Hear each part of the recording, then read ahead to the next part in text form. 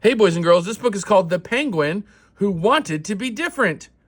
It's a Christmas wish by Maria O'Neill and illustrated by Jill Newton and published by Scholastic. The Penguin Who Wanted to Be Different, a Christmas wish. The Penguin Who Wanted to Be Different, a Christmas wish by Maria O'Neill and published by Scholastic. Dorothy Penguin followed Uncle Benny up the hill. "Are we there yet?" asked Dorothy, puffing hard. "Almost, Dot," said Uncle Benny, taking Dorothy's hand. They walked on for a few more minutes and then scrambled up the last big mound of snow. They had reached the top of Glacier Hill.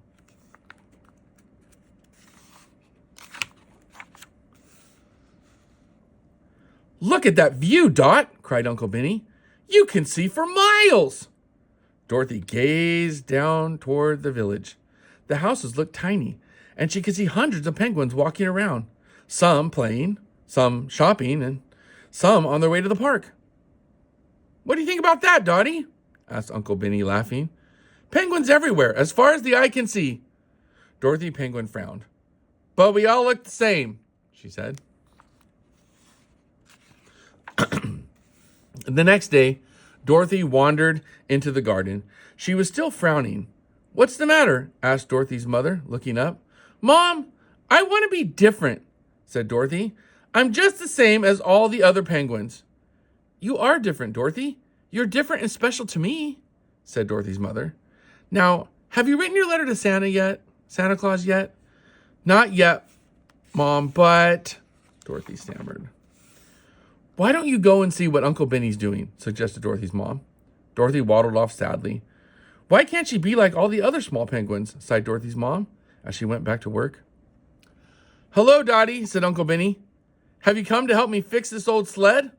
"Uncle Benny, how can I make myself different?" Dorothy asked eagerly. "What a strange question," replied Uncle Benny kindly.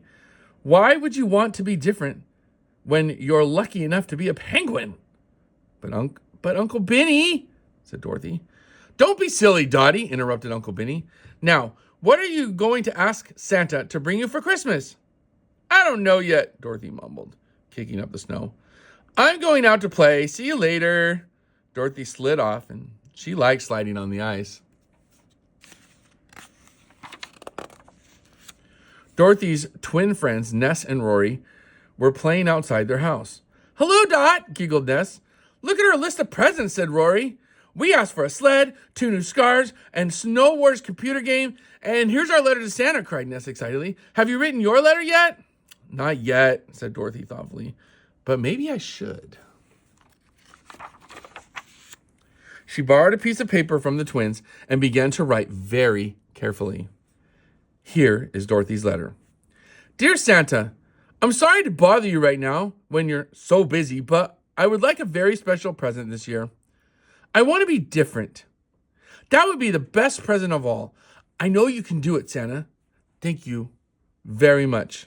Love, Dorothy, XOXO. P.S. I've been very good this year. Ask Mom." Dorothy felt very pleased with herself. She mailed the letter to Santa and skipped off to play. On Christmas Eve, Dorothy's mother tucked her into bed. "Good night, Dorothy. Sleep well." "Good night, Mom," said Dorothy happily. "I can't wait until tomorrow." Dorothy's mother smiled.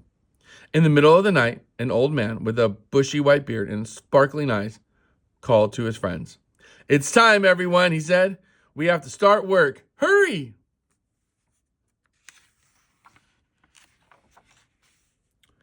A small elf whispered into his ear. "What's that?" asked Santa. "2 elves are in bed with the flu, and one of the reindeer has twisted his ankle. But it's our busiest night of the year," he sighed. "What shall we do?" Suddenly he remembered a very special letter that he had stuffed into his pocket earlier.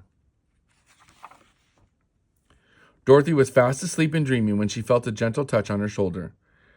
"We need your help," said a voice. "There are so many children to visit and so many presents to deliver."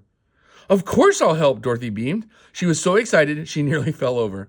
Out of all the penguins in the world, Santa had chosen her to help.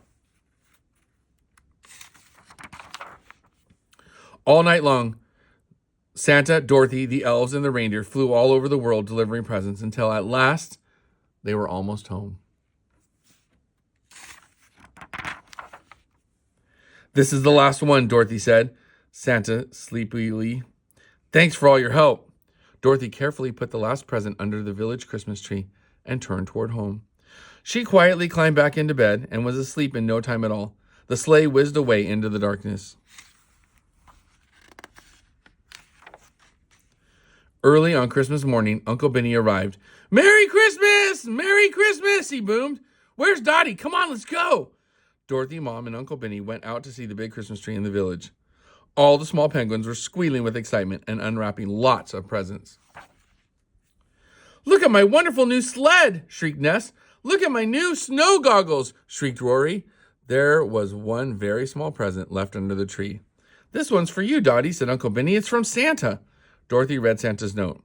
"To Dorothy, a very special penguin. See you next year. Love, Santa." She slowly unwrapped the small present.